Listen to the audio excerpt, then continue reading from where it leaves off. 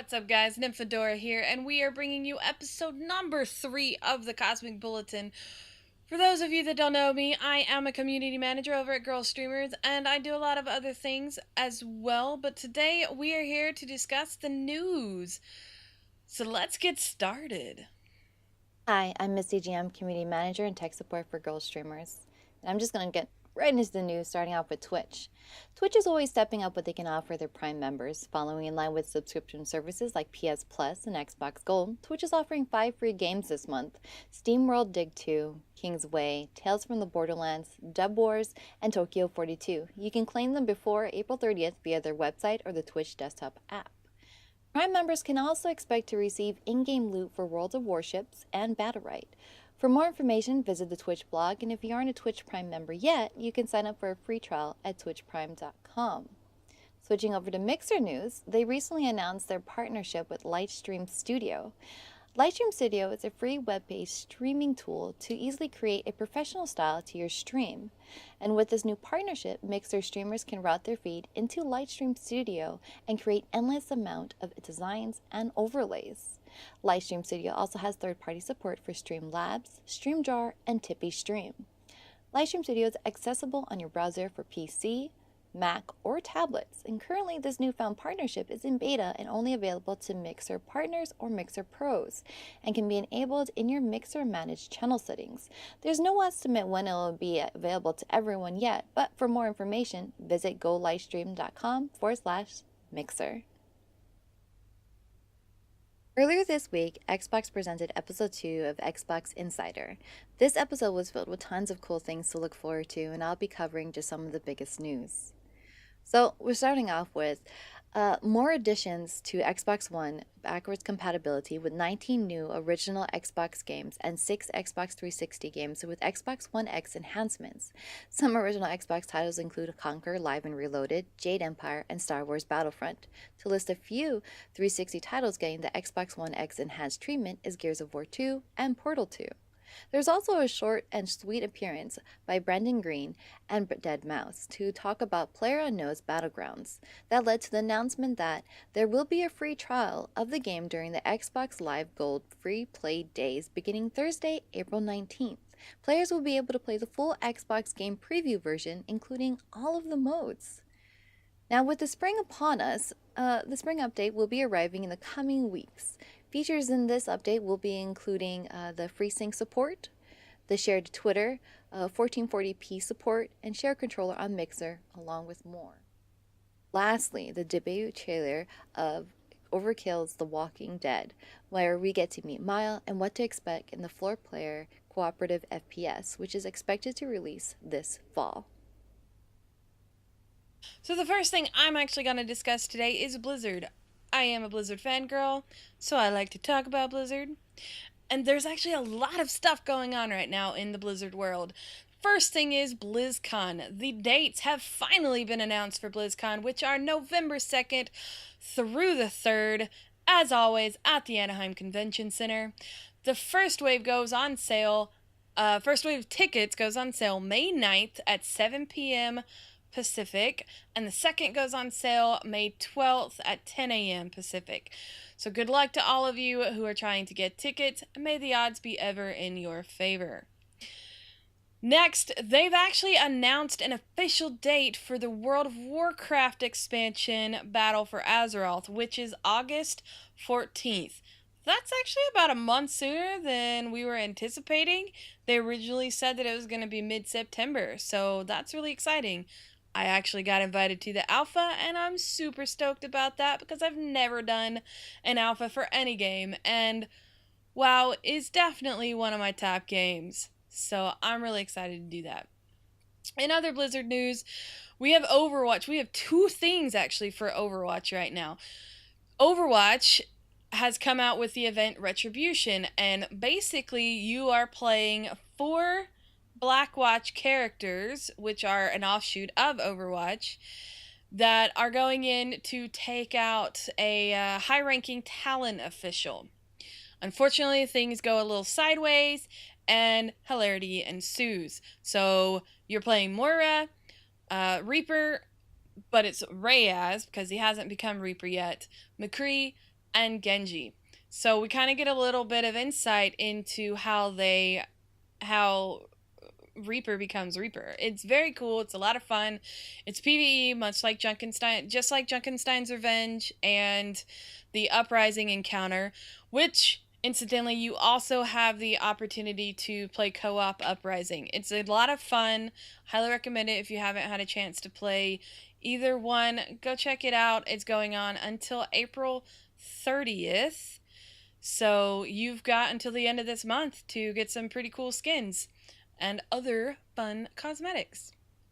And the next thing in Overwatch World, Kaplan was recently asked by several people, Polygon, I believe Kotaku, and other gaming sites, asked him, are they ever going to do a role-based queuing system in Overwatch? And Kaplan basically said, not right now. And one of the reasons that he's hesitant about it is because WoW has a role-based queuing system, and if you guys are not experienced with it, basically you're broken down into tank, healer, DPS, which is how Overwatch which is how they are what they're asking for in Overwatch. The problem is most people play DPS, so you're overloaded with DPS people in the queue. So you're waiting as a DPS for about 30 minutes for the queue to pop. That's not going to translate well with Overwatch. Nobody's going to sit there and wait for a queue for 30 minutes to play Tracer. So Kaplan really doesn't want to implement that kind of system in Overwatch because he doesn't think it's going to translate very well. He does hope that they can maybe come to a conclusion to make it a little bit better. Because, and I understand, like, and he gets it. He said that he actually thinks it is a valid concern. And I understand you get into a game and you want to play Hanzo or Genji or Tracer, but you need a tank or a healer because nobody ever wants to play healer. Well, that's just the nature of the game. I will say in competitive, it might be beneficial because most people kind of main a character in competitive. Personally, I main Lucio, so I don't really have that big of a problem. I just have a problem trying to get out of that awful grind in silver because when you queue solo as a healer or any support, it kind of screws you up. But that's neither here nor there. That's just my personal issues with the competitive grind as a support player. But we're not here to talk about my issues with Overwatch. We're here to talk about your issues. Anyway, let me know what you guys think in the comment section below or in the Twitch section if you guys are watching this on Twitch. We'd like to hear what you have to say about it. This past week, Boss Key Productions' development team for Lawbreakers has confirmed that their game, and as I quote them, failed to find enough of an audience, which is incredibly sad news for the potential that Lawbreakers had.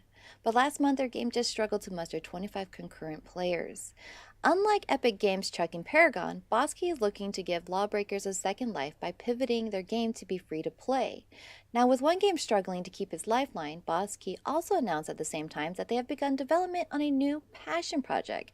But not even a week later, Boss Key has made their new 80s themed Battle Royale game, Radical Heights, available as an early access for free via Steam.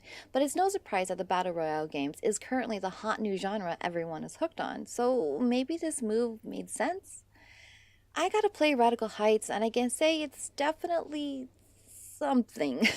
When you buy or download a game that is currently in early access, you inherently accept that you are getting a game that isn't fully finished and there will be bugs and hangups. However, I've never downloaded a game where it stamps itself with extreme early access, which extreme isn't over exaggerating. Visually, it's obvious it's not polished, the character models, or lack thereof. The customization is limited to male onlys, with females coming soon. Roaming the maps, you'll come across buildings with no signs of texturing. Just imagine walking the hallways of the back door in the Matrix. And the only form of transportation is a bicycle, which you'll either find half floating about or peeking out from the streets. And currently, there's only solos and duos that are available. And if many players are already struggling with getting duos, they have the headaches of trying to load into the game because they're plagued with the loading screen bug, where basically you have to close your game and restart it. Now, Radical Heights Twitter posted the perfect picture to sum up their extreme early access game, in which it says, "Embrace the jank."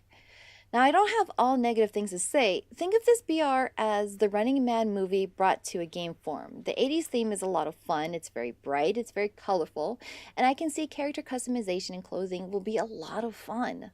The element that sets them apart from other BR games is that we've been seeing this game show element in it, which is kind of cool. You have the game announcer who will be occasionally chiming in. You have these loop drops that has a spin the wheel game, along with the impending circle of death that's broken down to grids you need to pay attention to and avoid, with the final 10 being pushed to a single spot that is showered with lights, horns, and flashy stage. And the fact that Radical Heights guides and pushes players to fight rather than camp in buildings or their forts is very welcoming.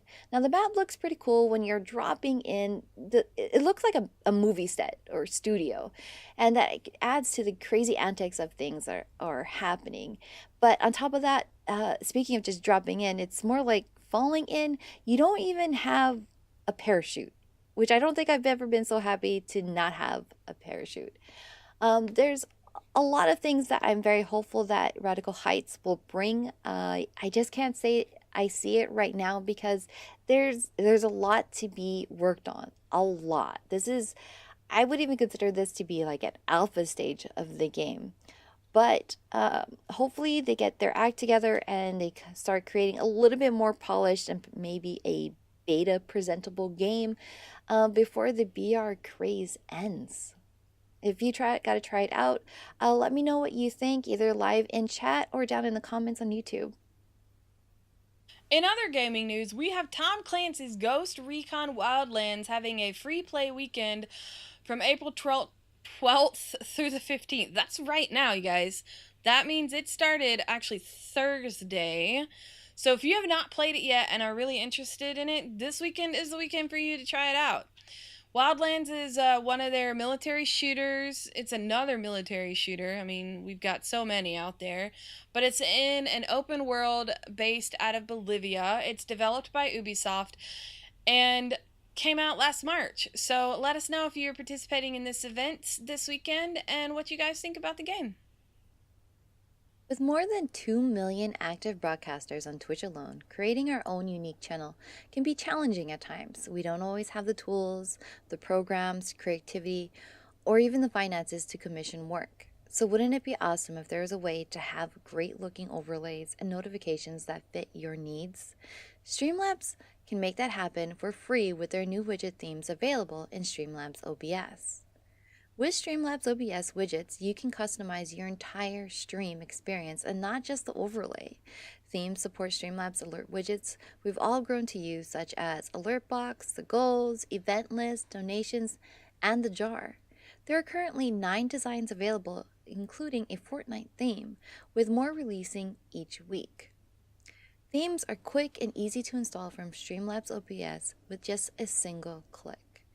And as just a quick added tip, if you ever considered streaming mobile phone games or IRL on the go, Streamlabs also has an app for iOS and Android. Simply open up the app and start streaming. All your widgets and alerts will be set up and ready to go whenever and wherever you are. So, for you comic book lovers out there, specifically DC comic book lovers, there's some exciting news coming out for DC out of DC Comics. At Chicago Comics and Entertainment Expo, they announced that Catwoman will now have a new series written and drawn by Joëlle Jones. It's going to be an ongoing series, and Jones has had experience drawing the Batman series, including Catwoman herself, and she has also had experience writing comics such as Lady Killer. And according to Polygon, Catwoman is about to marry Bruce Wayne? What? As a casual comic book lover, I'm very intrigued, and I need to catch up on my Batman because I'm not sure I like this. Anyway, she's moonlighting as a Robin Hood style reformed criminal. The colorist for the series will be Laura Allred, and it will be out on July 4th, which coincides with the Batman number 50 issue, which is the wedding issue. So let me know what you guys think about that. I'm curious what your opinions are. Um this next bit of comic news, I am actually a little sad to announce. So I'm bringing this to you because I'm a personal fan of the man. I've met him. I've gotten to see him at Dragon Con, but Stan Lee is literally in the fight for his life right now.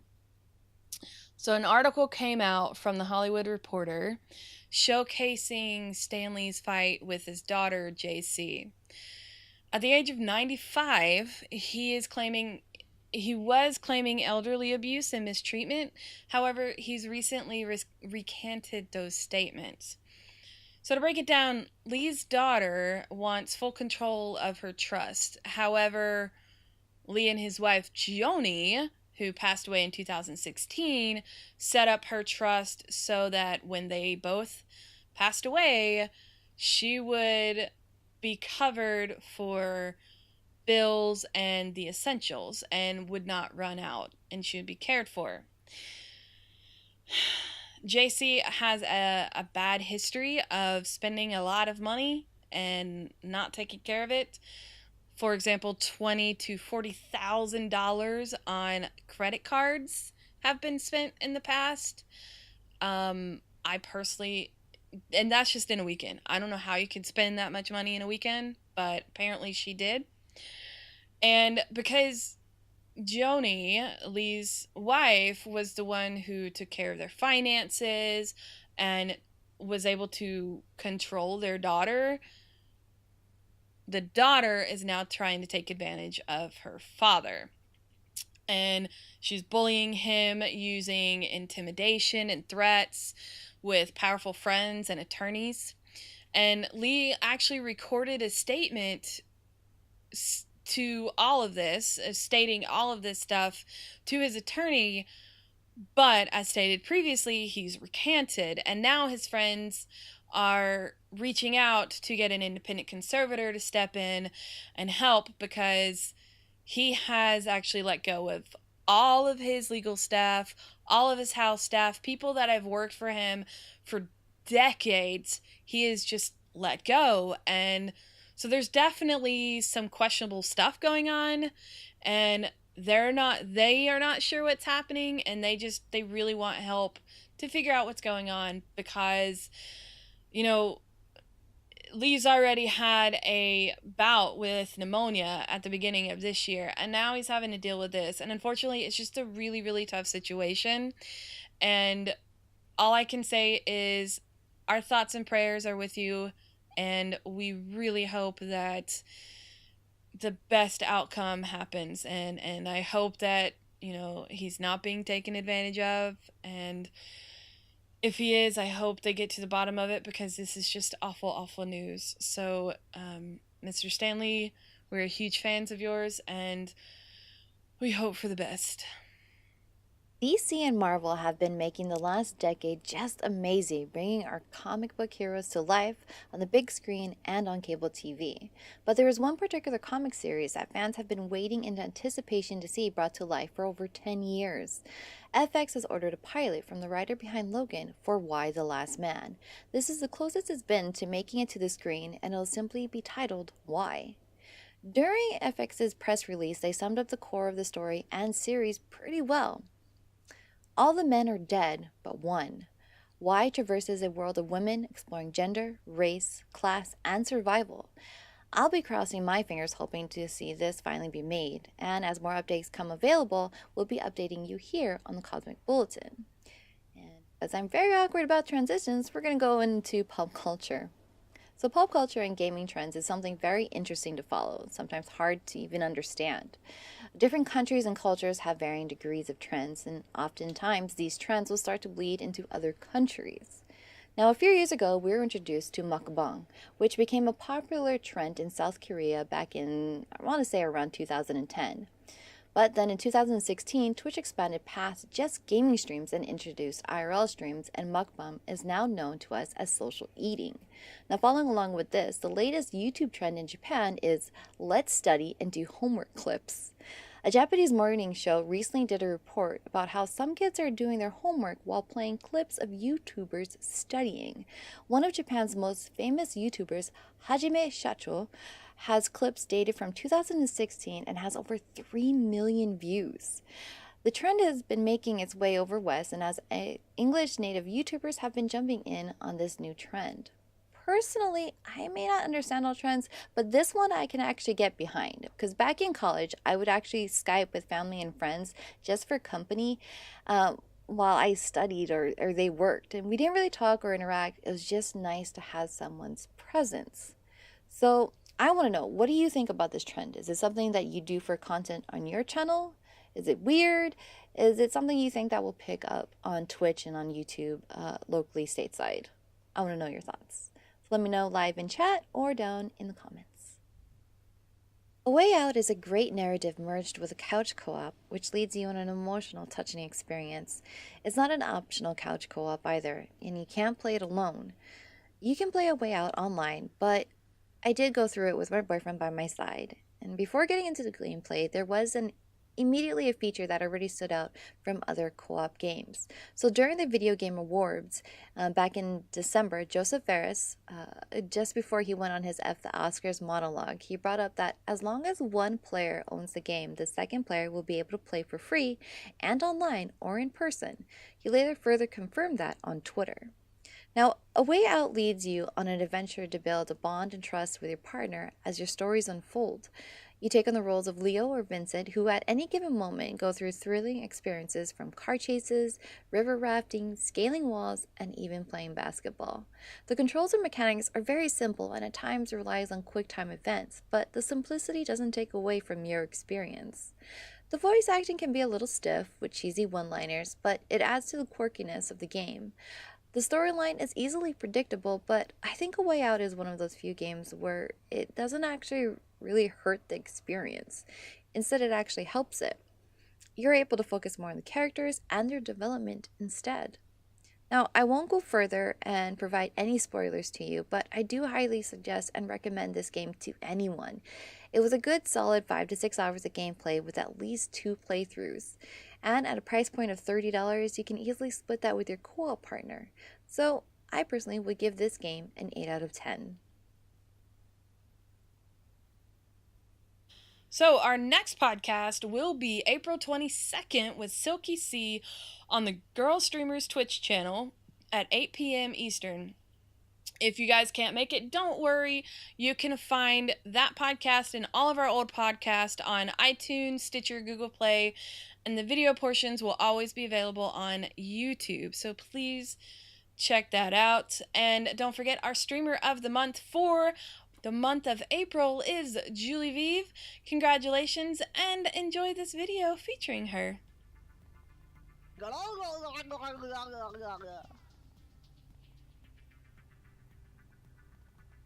Ugh, they really need to clean this place up a little bit, or get some vultures. One of the two.